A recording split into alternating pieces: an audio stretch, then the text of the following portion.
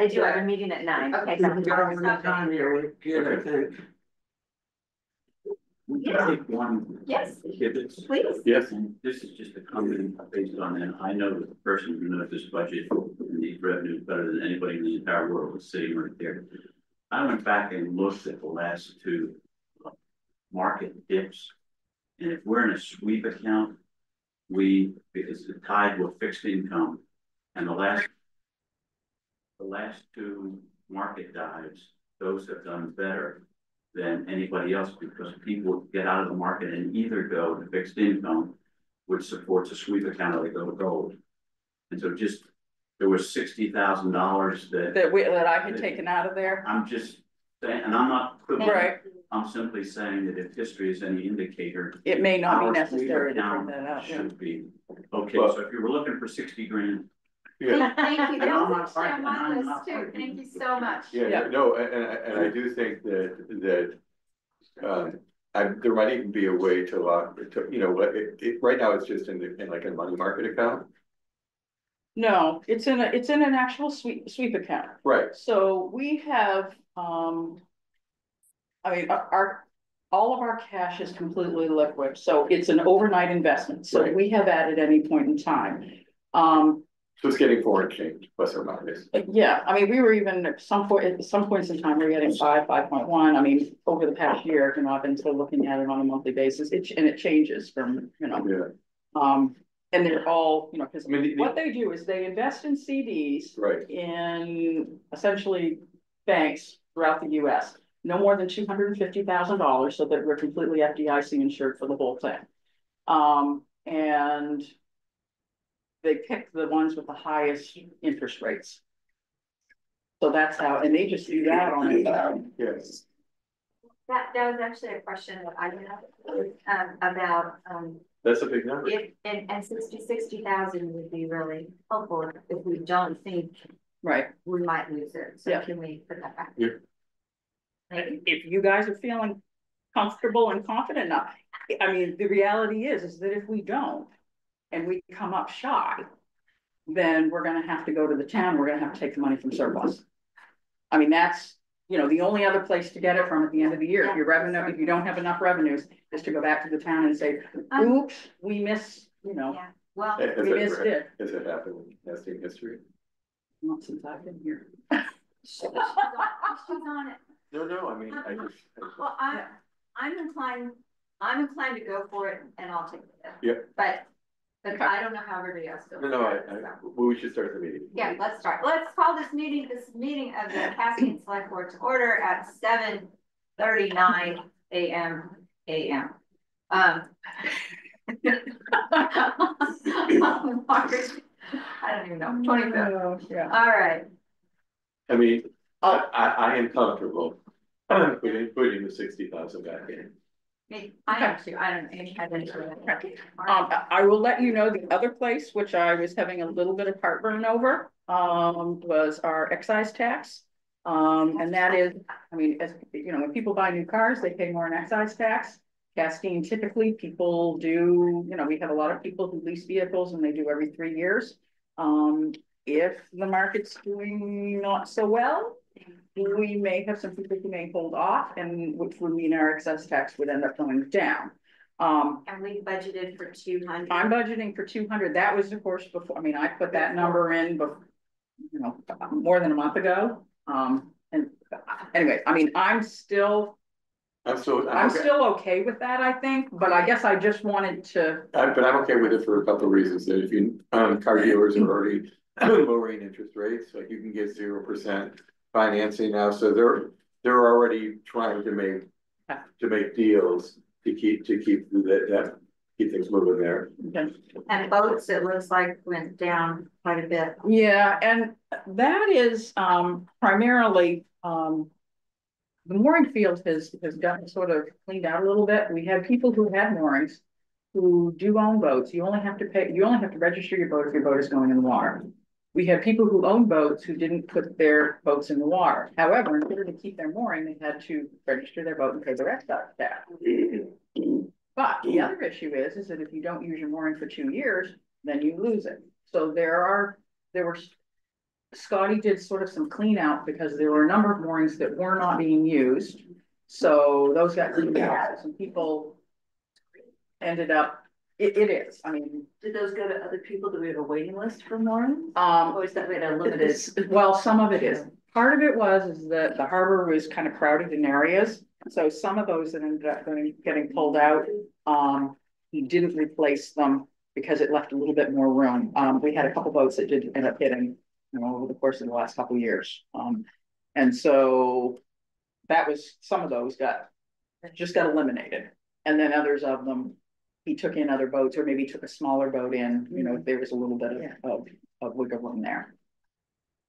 So, okay, so that's gonna go. But on that note, is there space for more moorings if we had the demand?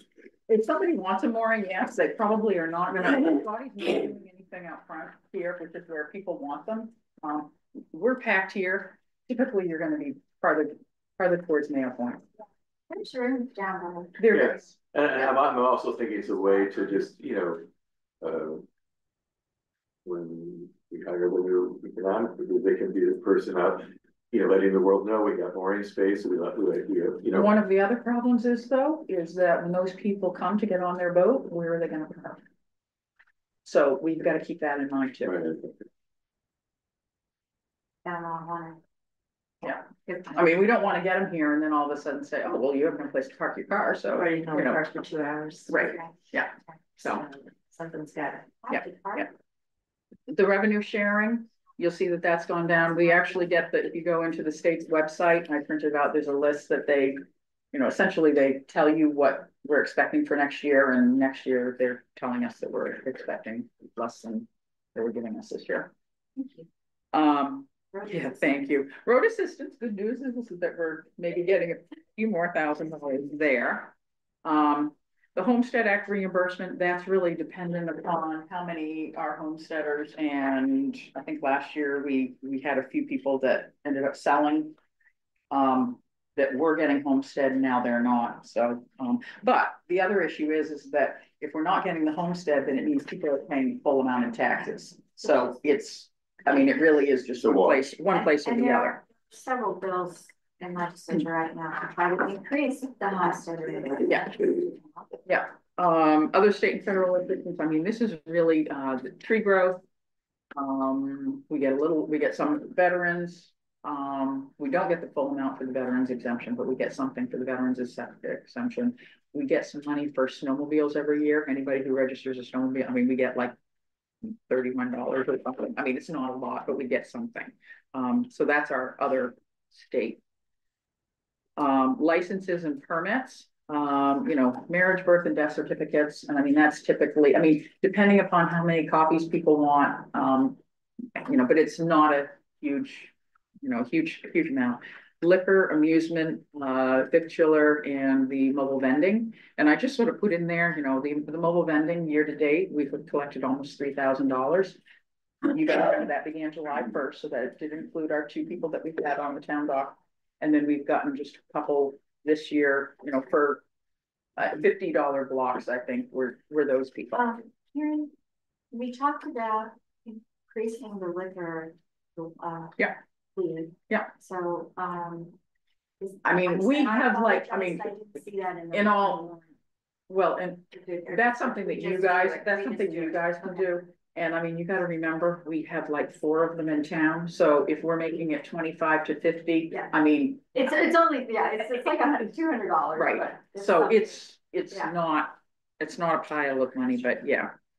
Okay. The building and the road open fees. I mean, there again, I mean, I was telling you the piers, most of it. So in reality, we're never going to see that number again. Yeah. I guess we could have a toll when you get to the and then we have plumbing. Karen, we have Ann who could read the toll. Yeah. Plumbing fees, and the plumbing fees are set by the state. The town gets 75% of that. And I mean that there again, it's not a huge moneymaker, but it's something. In our municipal fees, I gave the breakdown of what we get at the transfer station. So, year to date, we've collected almost $55,000. I mean, I expect that we're gonna collect around $80,000. Most of it is trash stickers and demolition debris. A little bit in the universal waste, and then when we sell our recycling bags, which is really kind of a wash because we buy them and then it's being sold back out again. So that's not, not really. And just so you know that the solid waste and the demolition is paying for the tipping fees and the transportation and the dumpsters, which was sort of our intent all along, is that if we can cover that amount of it, then we're good. In the demolition fees. Yes. Okay. Yeah. You're actually covering a little more. Hmm? You're actually, it looks like you're covering a little more even. Yeah. What do you mean? Oh, no, if you, no, you've got 28,000 here and I'm sorry. Yeah, but it's the tipping fees for the demo versus tipping fees for, what we take in demolition, what we take in solid waste, and those are different tonnages, so it's gonna be different amounts. The harbor fees, and that I did up that amount based upon you guys haven't done that yet, but based upon the recommendations that, and essentially we've done the calculation. We have X number of moorings, resident and non-resident. We have X number of dinghies at the town dock, resident and non-resident, and we just sort of figure our income based upon last year's number. That's great. That's a nice. And then dockage, we are sort of estimating what we think we might take in dockage, but we have gained a couple $1,000s in the harbor fees. Clerk photocopy fees, that's essentially the clerk fees, part of that is when you come in and register your car and we get the $6, which is the agent fee, that's part of that. And then, photocopies is not a whole lot of money. Parking tickets, and that, just so you know, I mean, we're year to date, as of yesterday, we were $2,200 that we've collected. I mean, I kind of put the same amount in as last year. I don't know if what your thoughts are on if we try to. Well, I'd definitely like to see it increase. Right. Let me say this. I would like to see it increase if we have parking issues that it needs to increase. Right. If we don't have parking issues, I don't want to see it increase, but I know that we do have. And that's kind of why I left it at that 4, is because I'm hoping that, one, with the increase in the parking fees, you went to $50 and then you went to $100, $50 for pretty much everything except for the overnight. If you're in a parking van, those are $100. And hopefully, that happens to somebody once and then they pay more attention to it.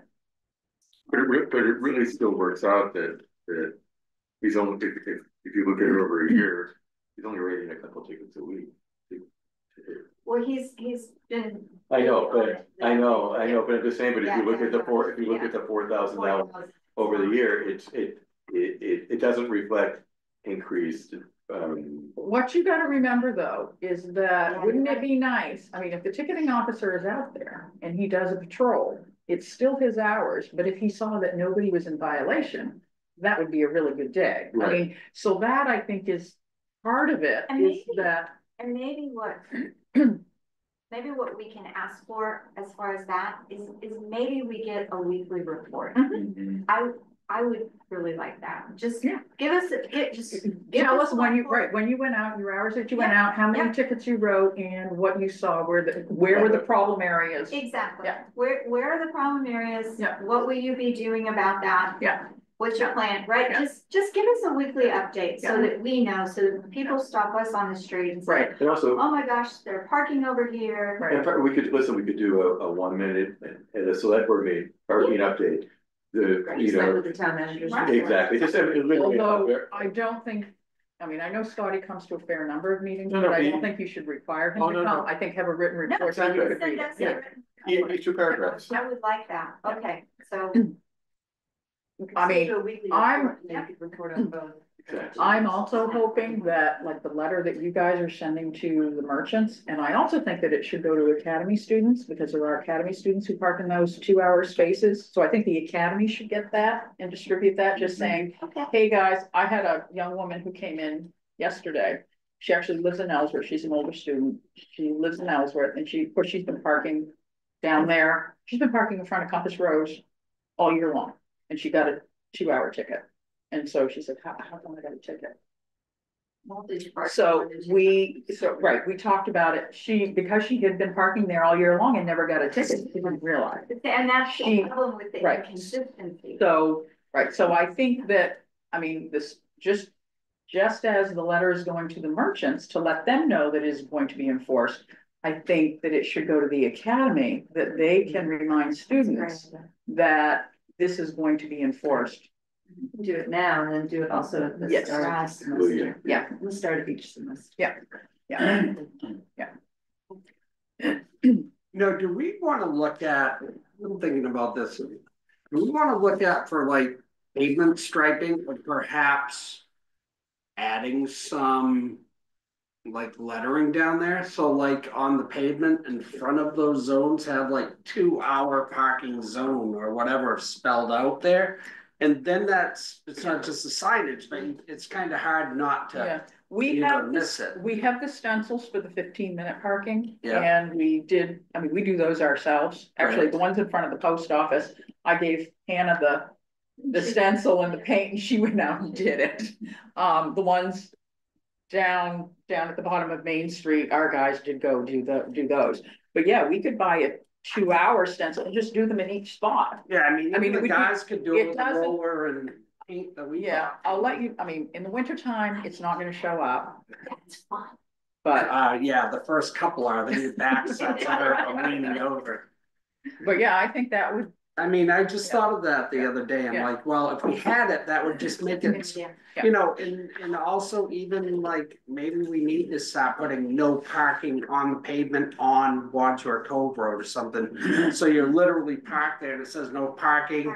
Down a little further, no parking. It's hard to miss. Of course, if other people are parked over that, well, maybe we double the fine for that, for parking over the no parking pavement parking. It has been better. I didn't provide it this morning, but it has been better on Wadsworth Road. So I think they're figuring it out. I think they're figuring it out. I think, since they've been paying tickets, they're figuring it out. Yeah. All right. But I like the idea of it. So I think stenciling things will be, I mean, it'll be something, at least in the good weather, in the winter time, you'll get covered up, but it'll be gone after winter from them screaming. Yeah, and then of course the library endowment, I mean, those numbers have gone up because that's now the full amount of their budget. Maine Maritime Academy, and that is a calculation, and what we do it for the previous year, so we know exactly, because they actually pay a third of the amount actually spent. Okay, and we have been including, and I mean, this is another one of my thoughts, we have been including a third of the $10,000 truck, a third of the $5,000 self-insurance, and then a third of, I mean, when the capital projects are $10,000 or $15,000. We have been doing, when we've been doing a pittance on the, since we've only been doing $10,000 or $20,000 into the building fund. I mean, we're not going to be able to do that if we're doing, $50,000 or $400,000. I mean, either that or definitely a conversation has to be had with the academy before that. Right. Because that is not what they agreed to do as a voluntary contribution. So.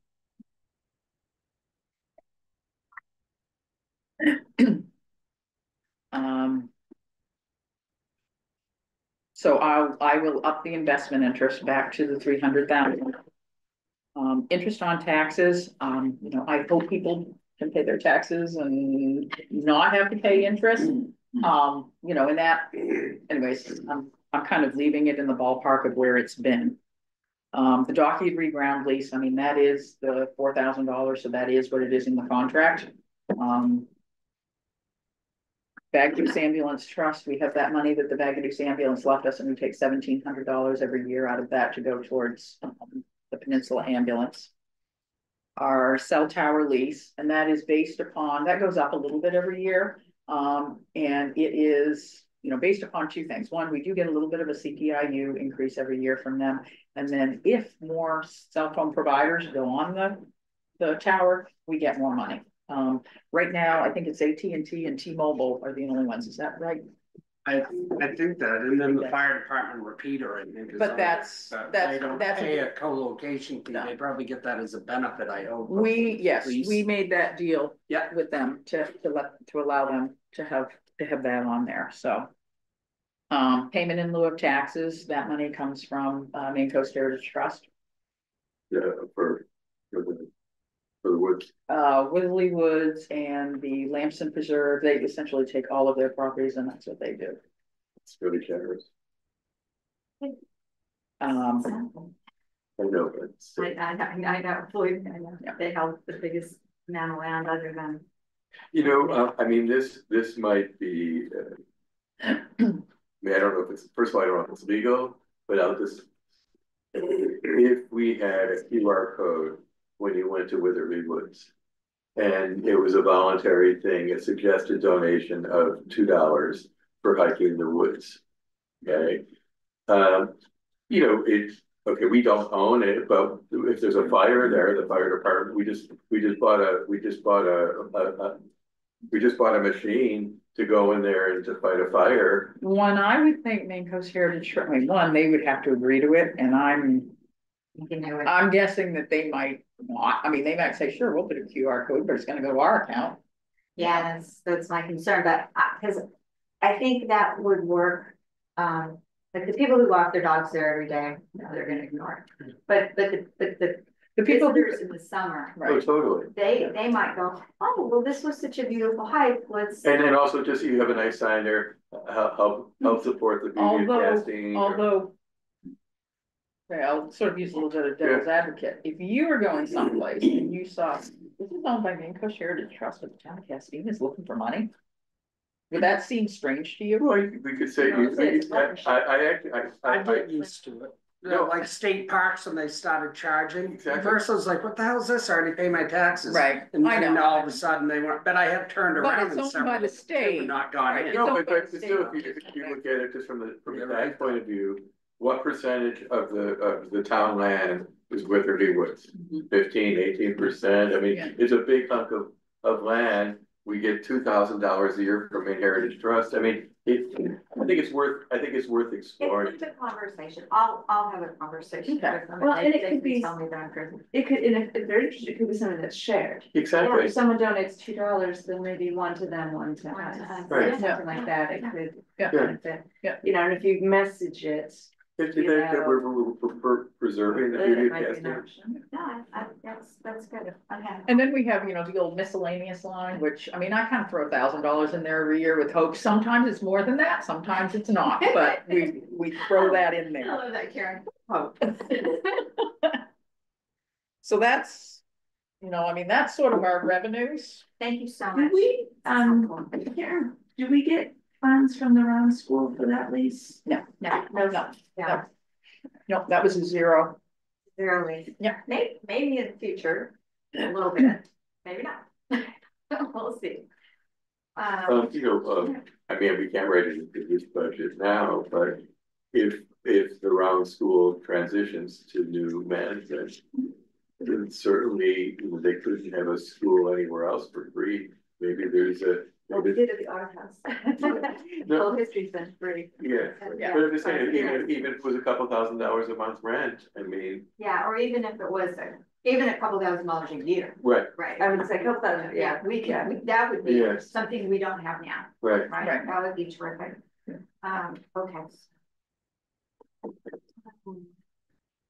Well, this is great. Okay, so, we were all yesterday tasked with coming up with our number. What was our number that we really be okay with as far as a tax increase? And I'm gonna throw out my number That's right. and you guys are gonna go. 9.8%. That's how much I'm really good with. Doesn't mean I won't negotiate, but that's my number that I would like to see. 9.8%, and I know, Dan, we're already tight. No, What's your number? 20. Okay. Did you have a number? Yeah, my number was something less than 20, like hoping to get into the teens. But then I was also looking at the budget. If we, without, as Bobby mentioned, without scapegoating the fire department, look at the rest of the budget and say, what does that look like? You know, Right. and with some reductions that I was looking at or that we discussed yesterday, I'm like, oh, maybe we're down over like, you know, 10%, 9%. And then you have this extra commitment to the fire department. So yeah, because I was having a hard time, you know, trying to take the entire budget down to And now just for me, if we have the whole thing Yes. sort of down and then, but the fire department thing is separate without scapegoating. no, of course not. But saying It's a commitment. Even including this, we were able to keep the budget at X. I don't know, there's even a more positive way to do that, but I have to think about it. But yeah, anyway. The reason that I think the number should be on the higher side is because next year, if we're looking at the fire station and the bond and some infrastructure, I mean, at some point, you know, I mean, we know there's a lot of big bills coming. So if we could squeeze really hard this year, and next year we're going to be in the same place again with all of the new projects. And so I just think, I mean, it's no fun saying this, but it's the reality Castine is facing right now. It is our reality, and it's gonna have to go up, and it's going to have to continue to go up as we continue to add infrastructure projects and different things to the budget. I just have a real concern about people's psychological space this year. Anyway, we don't have to decide that now. But I do think we should come to, I think we should come to an agreement of a number. Try to get to. You're going to get to, and then if it's 200,000, okay, where are we gonna find 200,000, 300,000? I mean, it's no emotion, it's just like whatever we agree to.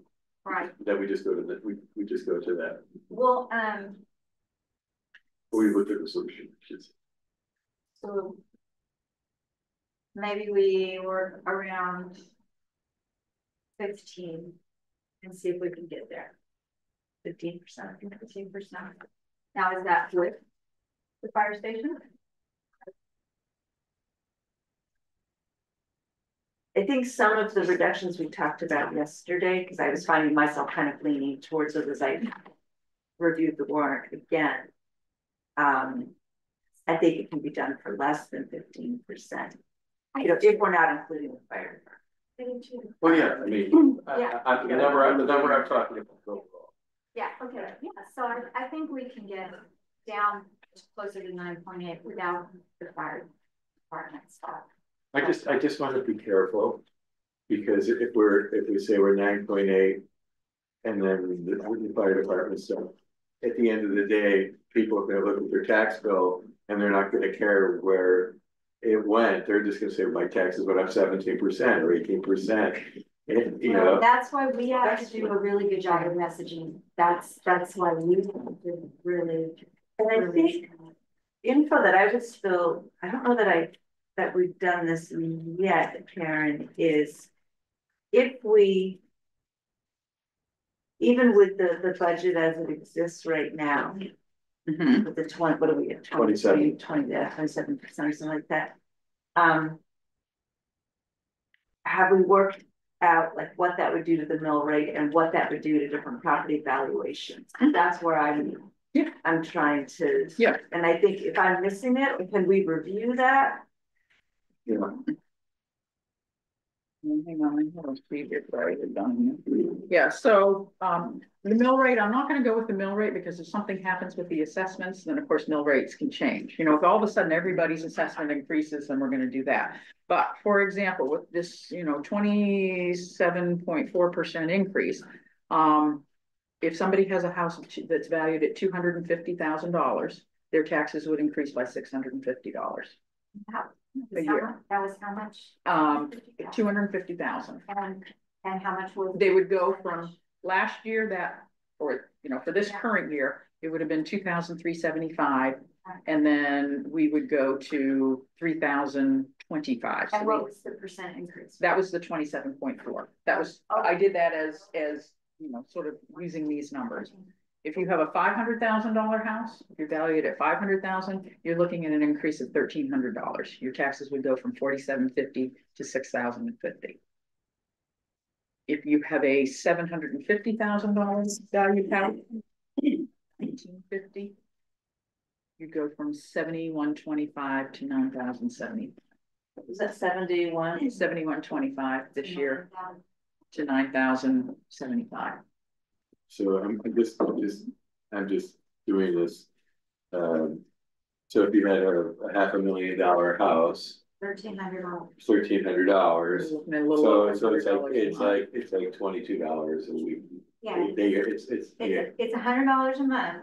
And for a lot of our seniors who are only on Social Security, who don't have a lot of extra, they don't have any extra. Right. That's a lot. Yeah, to come up with an extra $1,300 a year could be, Now that's the whole budget like we had it when we started yesterday. Right. And we did come up with some things to take out. We got it down to 20 yesterday. 20%. Now, Karen, I do want to ask you, on the Elm Tree Committee, they have $26,000 in their account. Is that let me, Derek and I kind of talked about the elm trees yesterday. Okay. That money will all be spent in the spring when they do their inoculations. Okay. So with the Elm Tree Committee, they started doing a fundraiser probably 4 or 5 years ago. And they started doing that because they said, we really don't want to, infringe on the taxpayers anymore. And we know that there's some people out there who would be willing to, give contributions. So, they essentially said, we'll get the excess that we need in order to do this by doing fundraising. So essentially you're taking a committee who took the initiative and then all of a sudden you're saying, we're going to do that. They don't have at the end of the year, once they do those inoculations, that $26,000 will be gone. Right. And so. But we have budgeted to give them 25. Which would be fine. 1st. Correct. So what'll happen is that money usually will go in and that will pay for the trimming and if any trees need to come down because they've gotten Dutch elm disease or they've gotten old and they've got some problems. What would happen is come next spring in 26, there wouldn't be enough money for the inoculations. So then all of a sudden you've got trees out there that aren't getting their inoculations.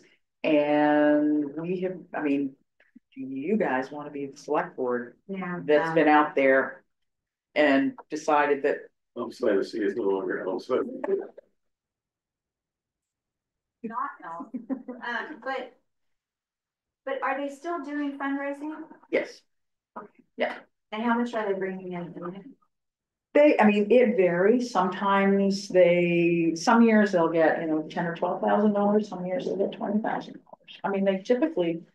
So they're typically treating so many trees and they're far over their $25,000. And basically their fundraising is supplementing their budget to ensure that they can. The only thing that they're doing, which they didn't do in the past, and I know that there was a little bit of in the past, the town didn't take care of the stumps. If a tree was taken down, and I know there's been some, discussion and, if the tree has Dutch elm disease, then probably the stump should be ground and taken out of there because you still got the beetles in there. So, I can bite onto that. In the past, some of the homeowners would take care of that on their own if they had a stump left in their yard. Now the Elm Tree Committee is making that part of and I think it's to ensure that those stumps are gone. They'll also do that if a tree just dies of old age, and doesn't have the Dutch elm. I don't, maybe it's a place for the beetles to go. I don't really know, but that was And that might be a Bill Berman question to find out, and I know I've talked to Bill about it, and he's like, the beetles were in the tree, then they're in the stump, and then they can spread, and they still got a home there, and so by grinding it up and taking it away and loaming it over, you are making it. Oh, yeah. I don't have the elm tree there. Okay. Let me go back to the reserve account for public works vehicles. We talked yesterday about purchasing a used backhoe loader compared to a brand new backhoe loader, which is about a $75,000 difference in a couple of years. And if we could put less into that reserve account,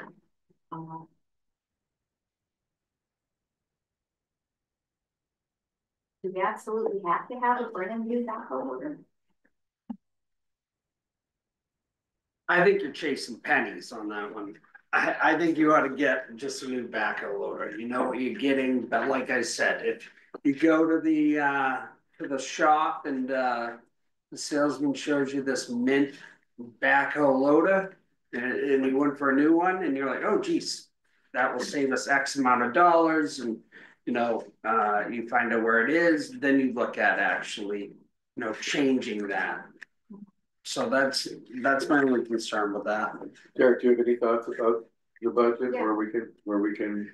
As soon as I know your price, so, and I haven't consulted with Karen on this, okay? I think you need to figure out your priorities, and I think that we need to use some unassigned fund balance surplus to offset some of these needs right now. I don't know for sure on revenues, but I was looking at last year's revenues, and it looked like for 24 anyways, that the revenues came in, I forget what it was, 200,000 or something like that, more than what we had estimated. That ultimately goes to surplus. We did pull out, I think, 500 and something thousand that we will get some of it back from FEMA. We also pulled out money for the CEDD position. Yeah, and the CEDD. So I know we've taken some down. Ideally, we have a very healthy account, but there's three things you got to look at, right? We don't have a lot of money in our infrastructure account, so if something catastrophic happens, we're probably lending that to the sewer department, the water department, or even storm drains. Although storm drains, you know, they fail, the water runs over the road usually, rather than we don't want that happening with sewage. We don't want that to happen with water. Water has a healthy surplus, so okay. Water could deal with its portion, not a problem. Sewer right now, actually, they have a deficit surplus. We already know that we are, because if you remember at last year's town meeting, we said that we would for the C Street pump station, we would front the money for sewer to do that. I mean, once we do a bond, that will come back. But surplus is also part of our cash flow. I know. And if we don't have cash in there, that means that we are going to be borrowing tax anticipation, which means that one, we're going to have bond counsel. So we're going to need to, you know, I mean, pay to get bond counsel, borrow money, pay interest on it. If we end up spending more of our surplus than I agree with that. I've been doing this for 30 years now. I have too. And we've got a lot of surplus, okay? Over, like, we would literally have to get no income for like 7 months. That's how bad it would have to be to really kill our cash flow. So I'm saying that is tax dollars there. I'm not suggesting using any of it to offset operating costs, but anything that's a one-time cost is something we can defer later.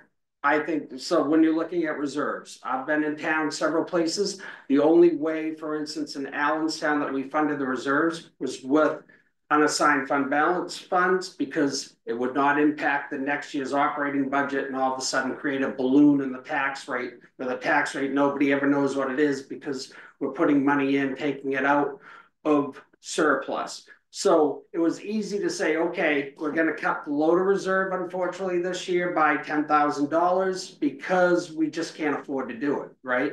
Because we just don't have it in the surplus. So that's what I think you need to do, but I'm not going to make it so easy. I think you need to prioritize some of the additional costs, or in some cases on some of these articles, you put a price tag on it. If people want to do sidewalks, and you say, okay, it's a $40,000 proposition.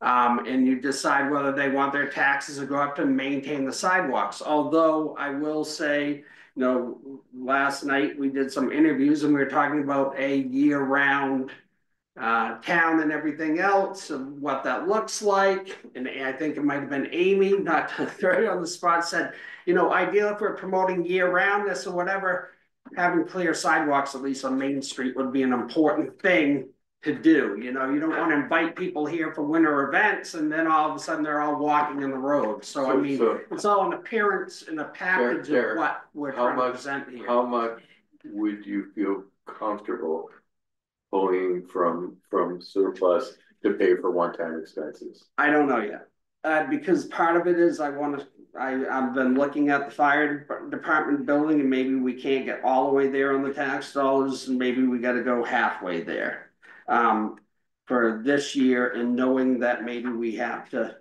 put it in place for the following year. Like I said, if we're lucky, maybe there'll be congressionally directed spending if we can get it.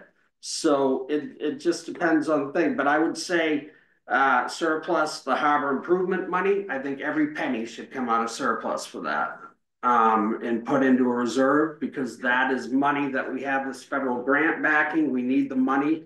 So it's something that should happen. Is that 80? I don't know. I think, well, it's 75 perhaps, because I think 80 was the total, and I think for some reason 5 might have already been budgeted previously or something. Is that right, Karen? I don't remember. Well, I mean, yeah, we budgeted $5,000 last year, but that was for harbor improvement. Oh, so that was their other account? That's kind of maintenance. Yeah, okay. Yeah. So I mean, then you know, then the full 80 there. I don't know what we did with the library thing. I saw 180,000. That all comes from the endowment. Right, so, but it was somehow included on something I was looking at. Maybe it was Roberta's sheet. That's where I was thinking of from. Okay, and for some reason 53,000 is different from last year somewhere. That's 130. So, but that's gone. Yeah, okay. That's them. See, I couldn't tell because I didn't have an overall budget figure. Like, we have a summary sheet, and I might have mixed it in here. It just says what our total increases are for everything. This is the 723. Yeah, I mean, but that has, where was that on? Yeah, I think I threw it in there. A copy of the draft. Oh, that's why I didn't printed that out. That's where it was. Okay, thanks. So you got that. Like I said, the sidewalks. Every percent is. I'm sorry. Okay, right. Good, sorry. Yeah, go ahead, Derek. Well, the sidewalk machine, that's a long-term asset. I think that could, if the people decide, you can pull the 40,000 of them. It's not going to cost us 40,000 again the next year. Well, but I thought it was more than 40 because I thought the machine was 38. Well, it is going to be really 50. Right. If we get a building, then it's another 10. So it's 50. Right. So, I mean, if you decide to go that route, but then I was just looking at some other stuff. I would cut out the 2,500 out of solar. I would not put 150,000 for the fire truck reserve. I would probably or whatever that amount was. I have so I eliminated 150 off that. Okay, that's what I was doing, was taking off 150. But then I would, that remaining 50 I would pull out of the surplus amount, because it's something that we can fund now and then figure it out. We're ultimately going to have to bond that truck. It doesn't matter. So this is just going to help give us the down payment, so to speak. Employment advertising, I got a negative 1,500 there. I would cut the 10,000 out of the public works vehicle. I would put the PFAS article as a tax item. If people decide they want to do it, then it's going to cost us $15,000 to do it. I forget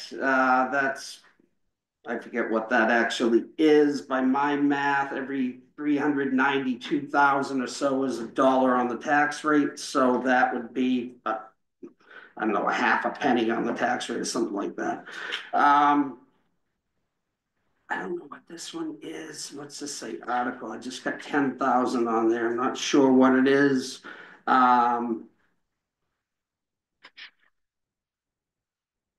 advertising solar out PFAS, put on a separate article. I don't know what that $10,000 article. Yeah. And we're not doing it, the select board are not recommending, you're not doing either way. You're not saying we recommend or we do not recommend it, it's just there. Okay, so Derek, I'm sorry, but you have harbor improvement at 80. Yeah. Fire truck at 50.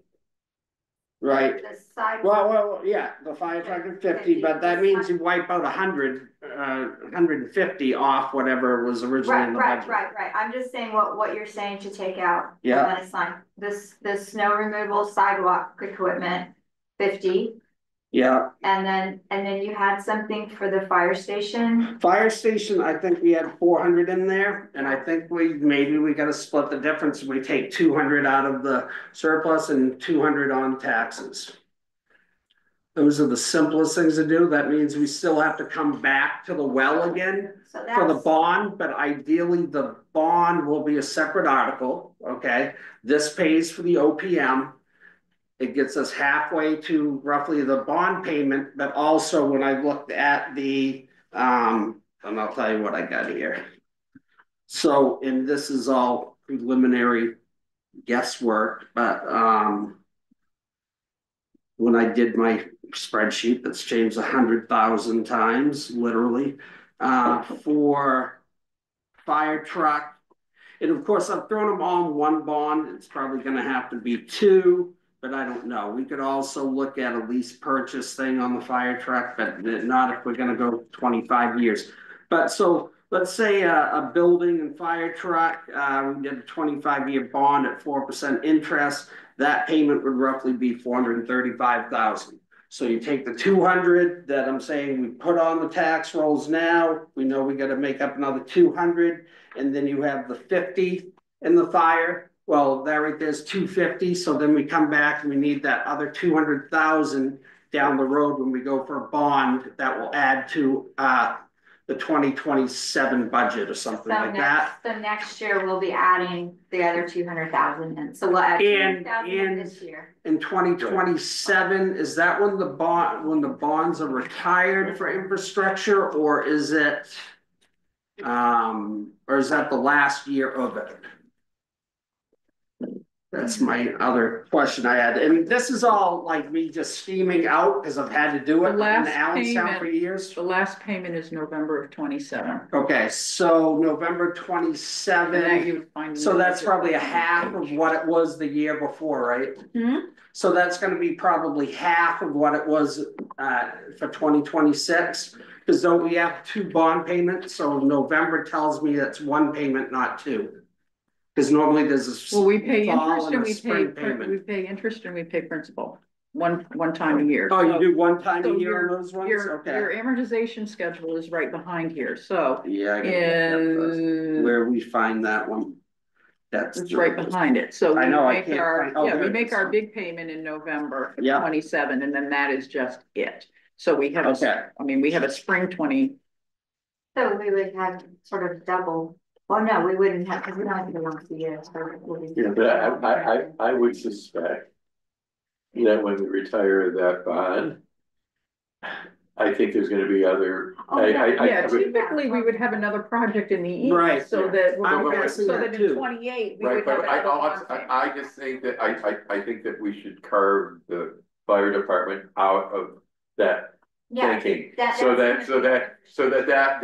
that next bond will be strictly for infrastructure. Yeah. Well, my thinking was this, okay? It gives us choices, okay? When that time comes, if we're looking at hard decisions and impacts on the taxpayers, then we say, geez, can we afford to do that infrastructure project in this particular year? Or do we use some of that now for the fire department, close that gap, and then we look at the following year? So I'm always thinking about 2 or 3 years ahead, trying to not impact the taxpayers, but also not create. I always say budgets sometimes are created on a house of cards, right?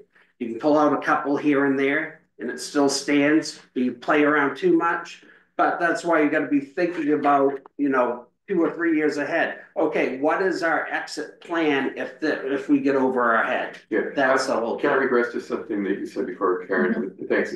Yeah.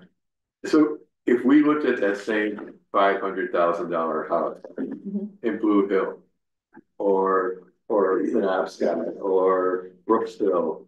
Like, I'm just curious how we stack up, so. Yeah, I'd have to go to the websites and see what their mill rates are. I don't know their mill rates off the top of my head. No, I'm just curious if part of the argument, and we could look that up, because, if for a $500,000 house in Brooksville, it's, more, or if it's slightly less and we offer a lot more services, there might be a way to explain the tax increase just in terms of we're on par with other communities. Well, I'd like to see if we, I guess I need to sit down and look at the numbers and see if we do it. What Derek is suggesting, what would our percent come down to? If we're 735. No, it's 543. Well, that's how much I was taking off the budget. So right. I was taking 543 off. So, but if we're pulling, let's say we pulled half of that from surplus. Derek has 380 here. Okay, so if you're at 380 out of surplus, then we're only at 3%. It's another 3 or 4%. So, okay, I guess I wrote down that Derek was saying from surplus harbor 80. Right. The fire department, the vehicle reserve, he's saying take 50. Yeah. And he's saying the building take 200. And the snow sidewalk thing 50. Oh, we're gonna do that. So that's 380. Karen. But don't forget, that means when I say take that means wiping out the other amount on like that fire truck reserve that drops at like, is that 200, right. I That's think? not coming from it's now gonna be nothing. Right. It's gonna be just that. Yeah. Right. 50,000. But I need to sit down now. Right. And go through. And I need to do the same thing. Yeah. And then for the actual quote cuts in the budget, because I need, those, so I'm gonna need a laundry list of. No striping. The traffic calming. No traffic calming this year. No solar. No solar. I got that. And I'm. The vehicle reserve cutting 150 from that. The public works vehicle reserve cutting 10 from that. Employment advertising cutting 1,500 from that. Yeah. Just thought. Okay. Yeah. Was there anything? 2,500 from rec. Yeah. Even though I saw somebody from rec yesterday and they're like, did you increase our budget? And I was like, yeah, I don't think so. I don't know what this other 10,000 is. I'm still trying to figure out what that was. Well, they can do some fundraising. They can do some fundraising. Rec and fundraise. I hope. Well, they just so you know, rec also has they have a capital. Yeah, because they used to do fundraising, right. And I don't have it written on here, but they have a little bit. They have like $1,500 that's in a capital account for rec stuff. That was their fundraising money from years ago. And they can use that at any time. Because they did it as fundraising and never used it. Can you okay when you sit down to do like this budgeting, like thinking, it's like just some scheduling, sit here and do it, because I think it's really helpful for me to have the dialogue. okay. We would just have to post it. We're just having an additional budget. Meeting? Yeah. Okay. It's up to you. I mean, no, we could do that. Maybe we could do that Monday before our regular meeting. So is That's a good figure. yeah, because the back and forth really helps. What else did I have? I mean, let me tell you what I had built. Okay. Okay, now we're gonna leave everything at town hall the same, right? So we'll have the 6,000 extra for Natalie. Right. We get a Right. increase. Yeah. And then we also will leave the 7,000 in vacation buyback. Right. So that in case Natalie needs Right. extra hours, that's Right. fine. We're not touching the recycling. Right. For town hall, I was looking at the heat and I think I was trying to make sense of if we've had the heat pumps in since May of 23, why last year and it, like for fall fiscal year 25 and fiscal year 26, we've got so much more money, almost double. Okay, On the heat. And I'm trying to just figure out. So our surplus is quote our unassigned. Oh, that's 3.2. 3.2 million, okay. so, And, oh, can I keep this? Yeah. Okay, thank you. And that's in the audit, which I think I sent you guys all. Yeah. A PDF of the audit anyways, and the audit is on the website as well. And what is, because this is all new to me, what is, Karen, what's the standard practice for a municipality in terms of, I assume there's a ratio of surplus to operating expense or something? Yeah, we should have a quarter of our budget. We should have, so we do have more than that. I mean, our complete budget, and I mean, if you're looking at, you know, that includes school. It does include library, school, right? Yes, includes everything. A quarter of our full budget. Yeah. On heat. Right. Yes. And all of this in surplus, this is liquid, like we would have to risk selling something or needing something to buy an investment to cash it out. Correct. Now, do we have to, if we pull a big chunk out of surplus, does that have to get approved by the voters? Oh, yeah. So, right, in the warrant article itself, it would say, you know, just like when you're reading your warrant article and it says, you know, to see what sum not to exceed a certain amount of money, and then it says from, and then it gives a list. So one of those items down there would say from surplus. Whether or not the town, I mean, I don't, you know. I don't know what they would say, but well, I don't know whether they would even really, you know, I mean, a lot of people, I don't know that they really think about the implications of it. Listen, in my mind, the least painful way of, I mean, there's so little of that in here.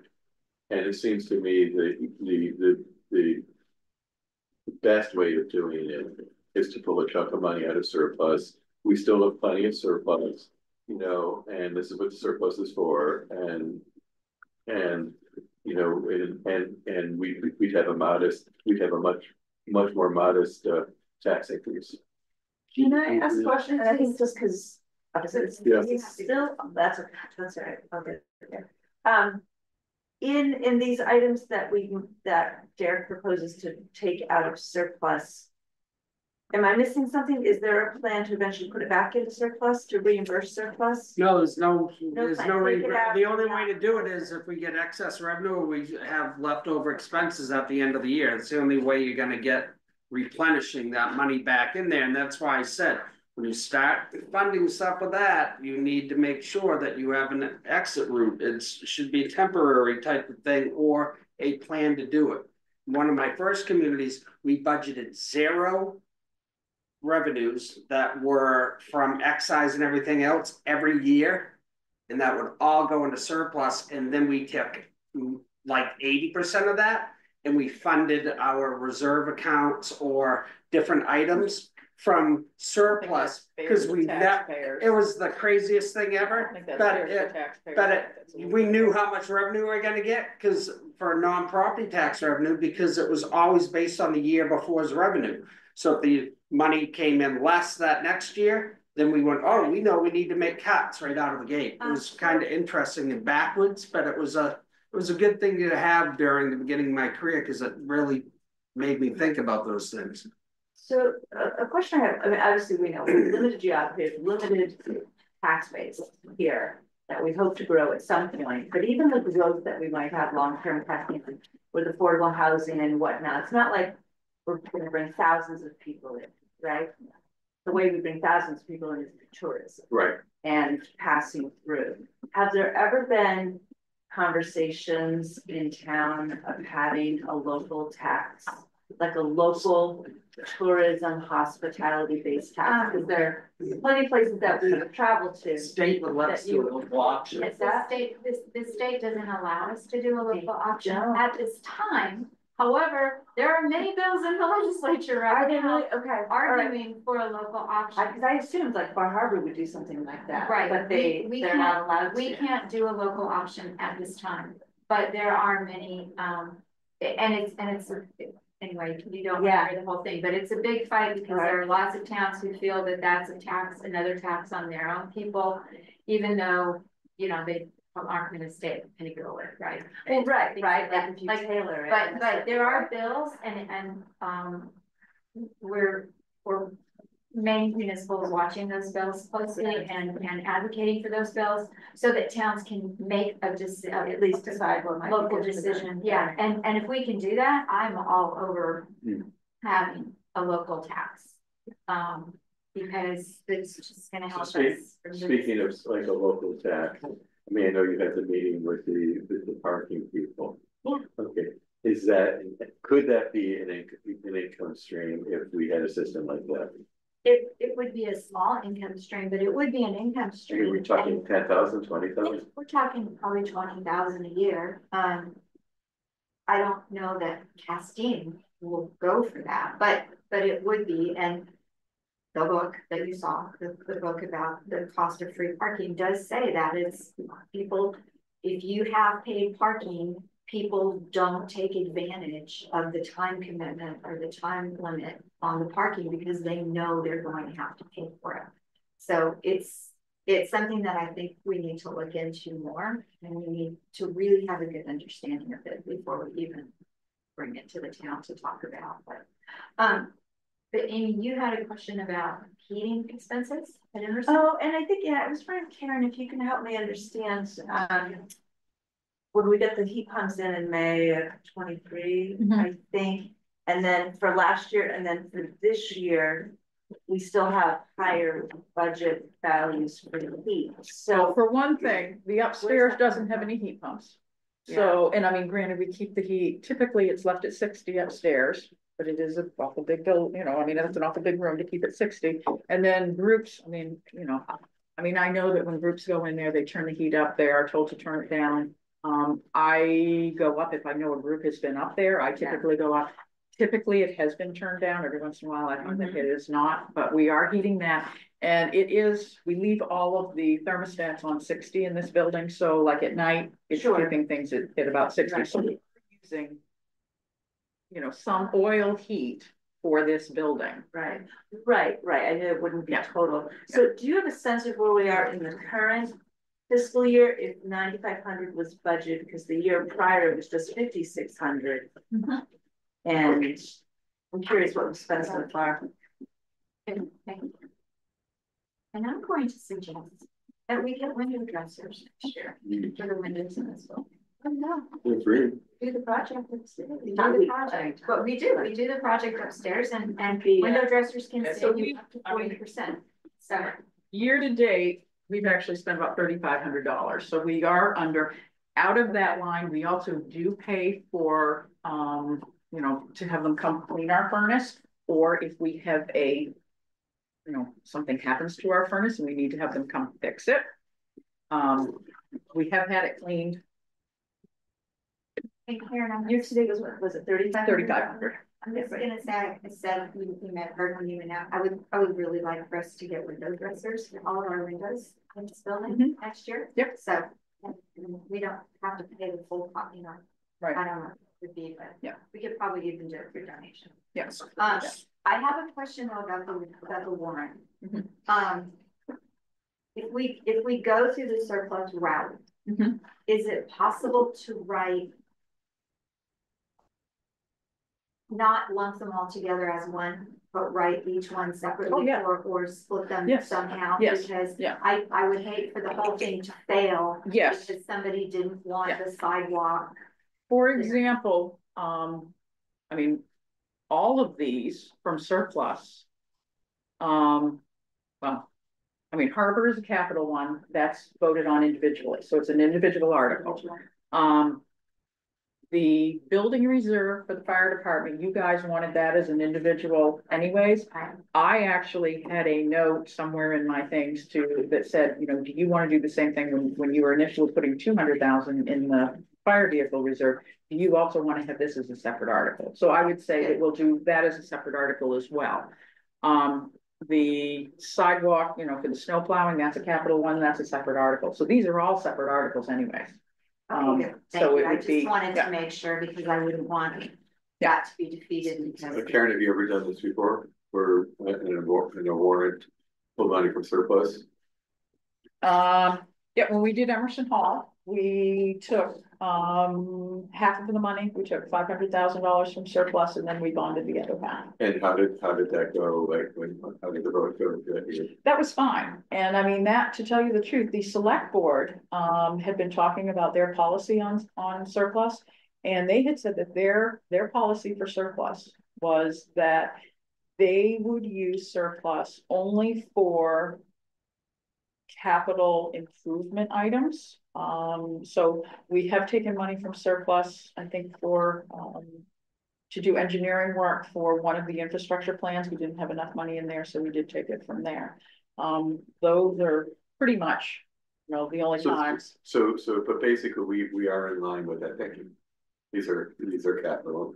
You know, to tell, I mean, I can bite onto the vehicle reserve for the 50,000. I'm not entirely sure that I bite onto that, to take that from surplus. We have budgeted money for the fire vehicle reserve account through taxation. And this is not a pile more. I mean, we've typically done $10,000 or $20,000 a year and take it to 50 and take it from surplus. I mean, that's not a huge chunk more.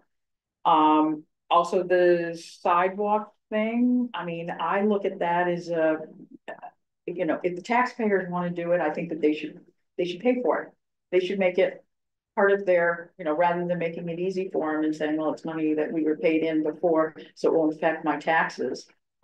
Make it affect their taxes for the sidewalk. That would be mine. I can bite onto the building reserve and I can bite onto the harbor.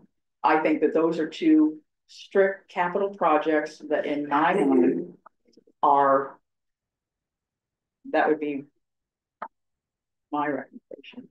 Thank you. Thank you so much. Thank you all. You have to go. I do have to go. I will move that we adjourn this meeting. Is there a second? And our next budget session will be April 1st at 7:30. Yeah, you'll meet on Monday. Oh, it's Tuesday.